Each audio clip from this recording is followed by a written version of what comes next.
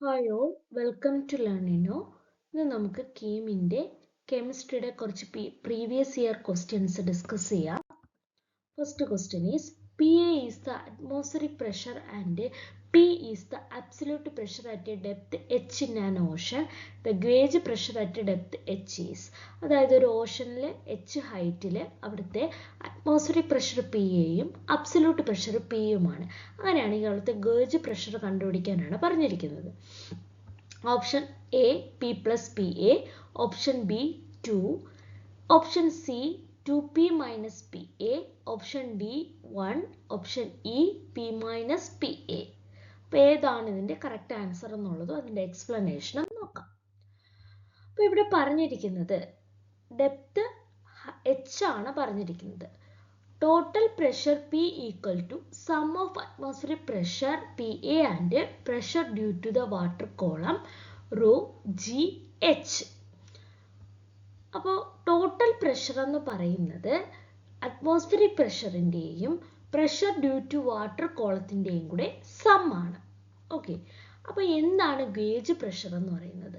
Atmospheric പ്രഷറിനെക്കാട്ടിയും above ആയിട്ടുള്ള പ്രഷറാണ് gauge pressure. That is it is excess over p a. P എക്കാട്ടിയും excess ആയിരിക്കും. അപ്പോൾ നമുക്ക് ഗേജ് പ്രഷർ എങ്ങനെ കണ്ടുപിടിക്കുക? പി മൈനസ് പി എ, അതായത് absolute pressure minus p a ആണ് നമ്മുടെ എന്തെന്ന് പറയുന്നത് ഗേജ് പ്രഷർ എന്ന് പറയുന്നത്. ഓക്കെ, അപ്പോൾ ഓപ്ഷൻ ഇ ആണ് correct answer, P minus p A. അപ്പോൾ ഗേജ് പ്രഷർ എന്താണെന്ന് ഓർത്തു വയ്ക്കണം, എന്നിട്ട് നമ്മൾ ഈ ഒരു റിലേഷൻ കണക്ട് ചെയ്യാം. Okay, second question, specific heat capacity of A substance depend on the. ഒരു സബ്സ്റ്റൻസിൻ്റെ സ്പെസിഫിക് ഹീറ്റ് കപ്പാസിറ്റി എന്തിനൊക്കെ ഡിപ്പെൻഡ് ചെയ്യുന്നു? Material of the substance only, option B volume of the substance only, option C mass of the substance only, option D material and temperature of the substance, and option E mass and volume of the substance.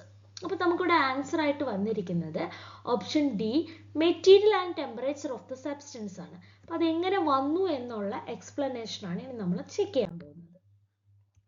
Specific heat capacity എന്ന് പറയുന്നത് c is equal to q by m delta t ആണ്.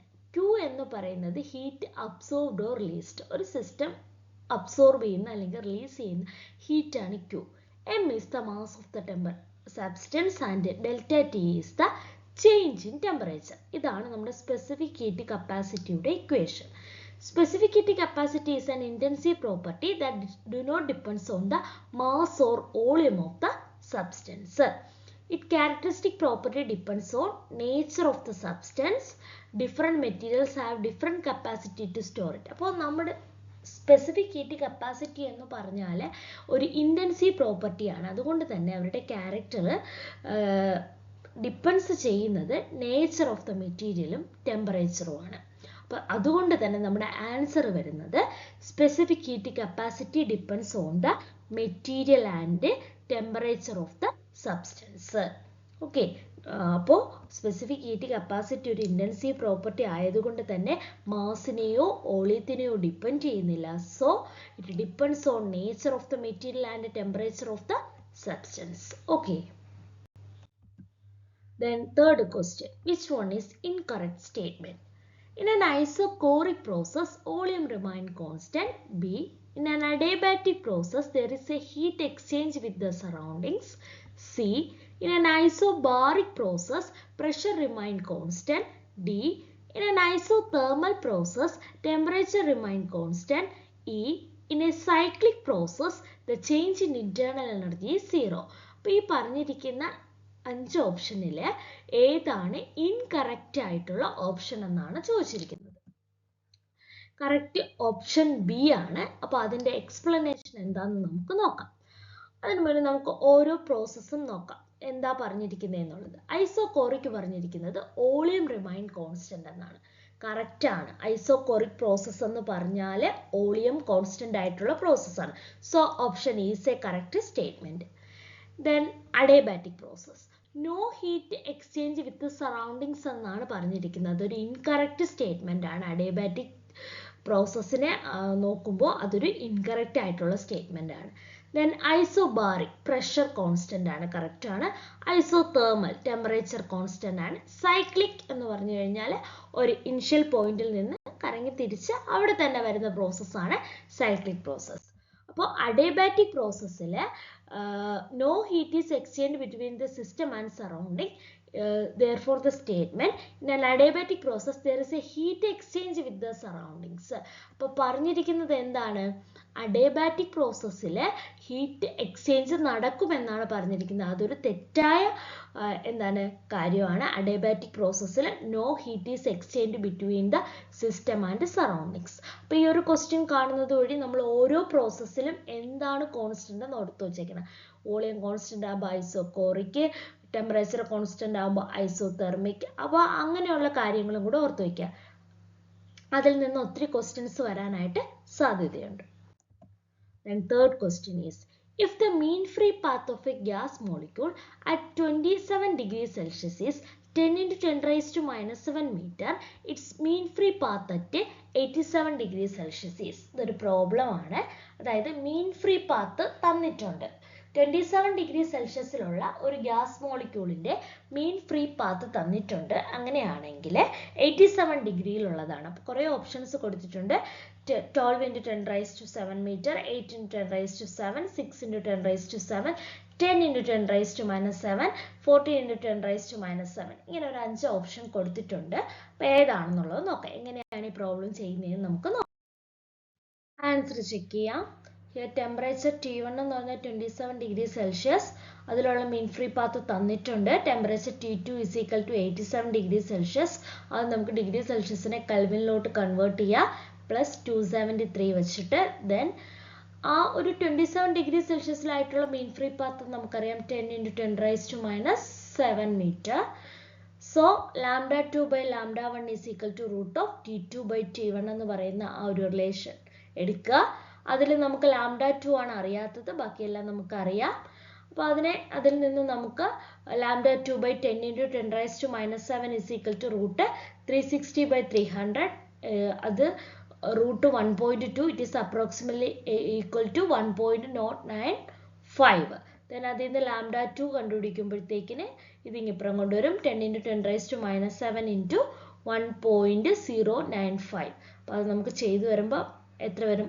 Approximately 11 into 10 raised to minus 7 metre ഉണ്ട്. അപ്പോൾ നമ്മുടെ ആൻസറിൽ വന്നിരിക്കുന്നത് 12 ഉണ്ട്. അപ്പോൾ 11 അടുത്ത് നിൽക്കുന്ന 12 എന്ന് പറയുന്ന ആ ഒരു ഓപ്ഷൻ ഉണ്ട്. So the option A is correct, 12 into 10 raised to minus 7 metre.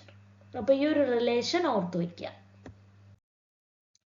Fifth question, in hydrogen spectrum, the shortest wavelength of bracket series is produced during the transition between the state. Hydrogen സ്പെക്ട്രത്തിനെ കുറിച്ച് അറിയാം.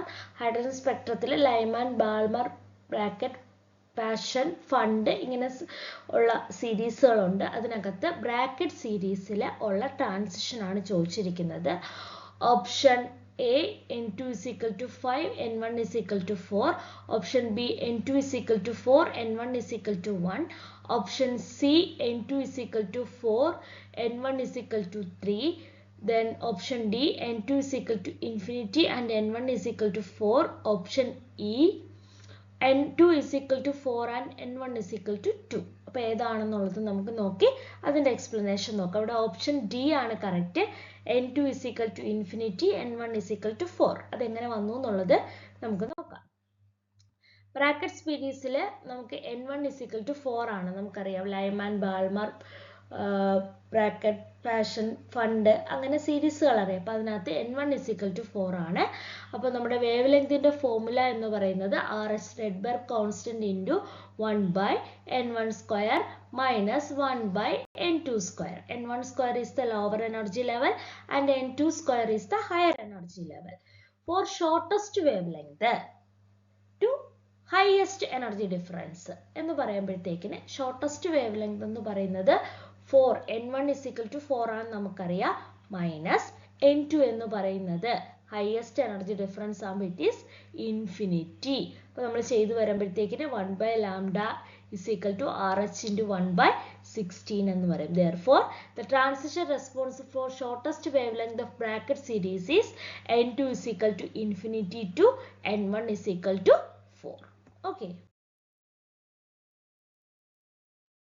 Sixth question, the possible number of energy state in germanium crystal containing 5 into 10 raised to 3 atoms. Energy state കണ്ടുപിടിക്കാനുള്ളതാണ് germanium ക്രിസ്റ്റലിന്റെ number of atoms തന്നിട്ടുണ്ട്. Option a 2 into 10 raised to 4, option b 4 into 10 raised to 4, option c 6 into 10 raised to 4, option d 3 into 10 raised to 4, option e 5 into 10 raised to 4. Option a is the answer. അപ്പോൾ അതെങ്ങനെ വന്നു നമുക്ക് നോക്കാം. Germanium എന്ന് പറയുന്നത് it is a group of 14 element, so 4 valence electron, hence 4 atomic orbitals. അത് അറിയാവുന്നതാണ്.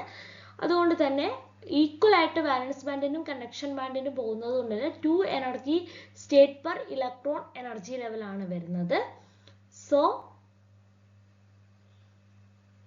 however, for counting possible energy state in a band, each atom contribute 4 atomic orbital to the valence band. അതുകൊണ്ട് തന്നെ 4n energy state ഉണ്ടെന്ന് പറയാൻ പറ്റും.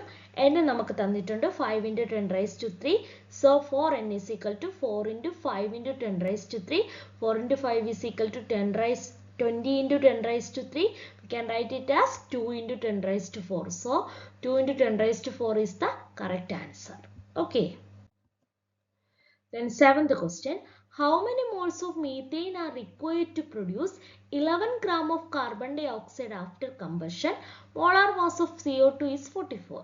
അപ്പോൾ 11 gram carbon dioxide produce ചെയ്യാൻ വേണ്ടി കമ്പഷന് ശേഷം 11 gram carbon dioxide produce ചെയ്യാൻ വേണ്ടി എത്ര മോൾ മീഥെയ്ൻ ആണ് വേണ്ടത്? Option A 0.25, option B 0.5, option C 1.5, option D 2.0, option E 2.5. അപ്പം ഓപ്ഷൻ എ 0.25 ആണ് ആൻസർ. എങ്ങനെ വന്നു എന്നുള്ളത് നോക്കാം. Molar mass of carbon dioxide തന്നിട്ടുണ്ട് 44. Mass of carbon dioxide produced 11 ആണ്. എത്രയാണ് 11 gram carbon dioxide produce ചെയ്യാൻ വേണ്ടി എടുക്കുന്ന മീഥെയ്ൻ? അത് നമുക്ക് ബാലൻസ്ഡ് ഇക്വേഷൻ എഴുതാം. CH4 plus 2O2 gives CO2 plus 2H2O, കമ്പഷന്റെ ഇക്വേഷൻ. ഇവിടെ 1 മോൾ CH4 ബേൺ ചെയ്തപ്പോൾ 1 മോൾ കാർബൺ ഡൈ ഓക്സൈഡ് ആണുള്ളത്. ഈ ഇക്വേഷനിൽ 1 മോൾ CH4 1 മോൾ കാർബൺ ഡൈ ഓക്സൈഡിനെ പ്രൊഡ്യൂസ് ചെയ്യുന്നു. അങ്ങനെയാണെങ്കിൽ 11 മോൾ ആണെങ്കിൽ എന്താണ്? 11 divided by 44, that is 0.25.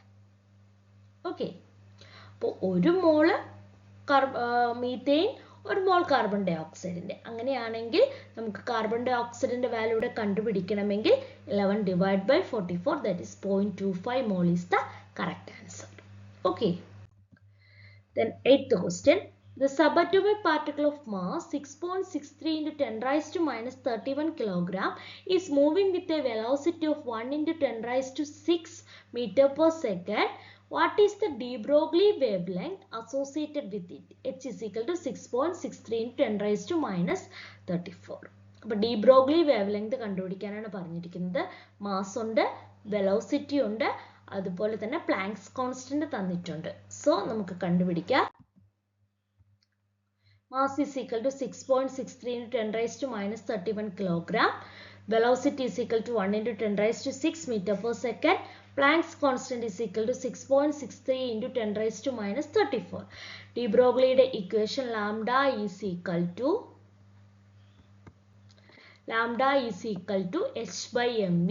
h നമുക്കറിയാം, m അറിയാം, വെലോസിറ്റി അറിയാം. അപ്പോൾ 6.63 into 10 raised to minus 34 divided by 6.63 into 10 raised to minus 31 into 1 into 10 raised to 6. ഇത്രയും ചെയ്യുമ്പോഴത്തേക്കിന് 1 into 10 raised to minus 10 metre എന്ന് വരും. അതാണ് ആൻസർ വരുന്നത്. ഈ ഇതിനെ നമുക്ക് നാനോമീറ്ററിലോട്ട് കൺവേർട്ട് ചെയ്യാം.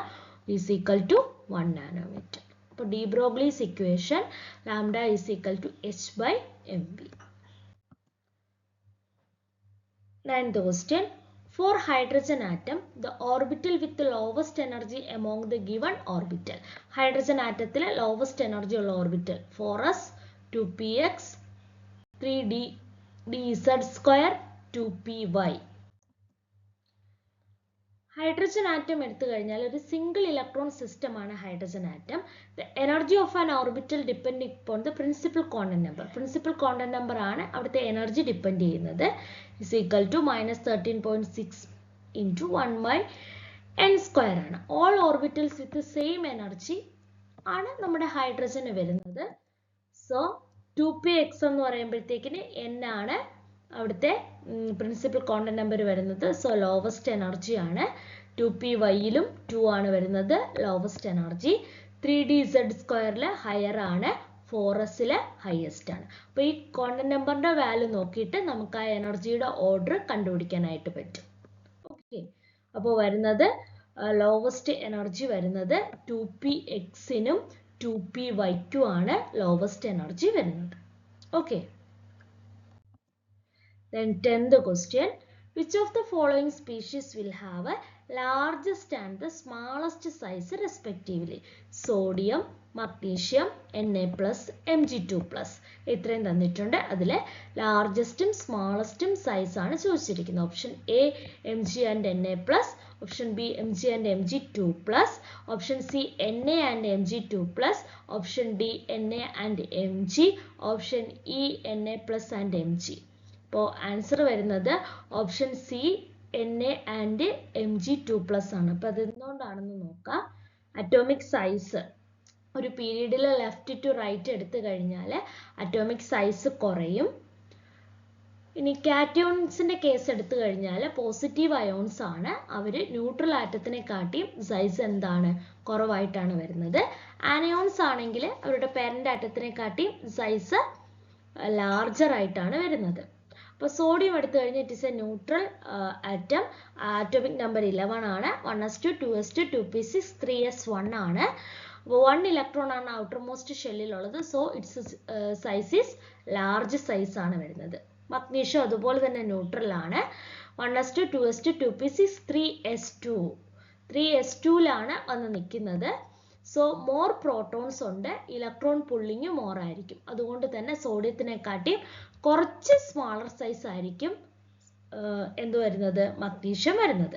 ദെൻ Na+ ഒരു കാറ്റയോൺ ആണ്, അതുകൊണ്ട് തന്നെ സോഡിയത്തിനെ കാട്ടിയും സ്മാളർ ആയിരിക്കും. കാരണം കാറ്റയോൺ എന്ന് പറയുമ്പോഴത്തേക്കിന് അവിടെ ഇലക്ട്രോൺസ് ലോസ് ചെയ്യുകയാണ്, അപ്പം സൈസ് കുറയും.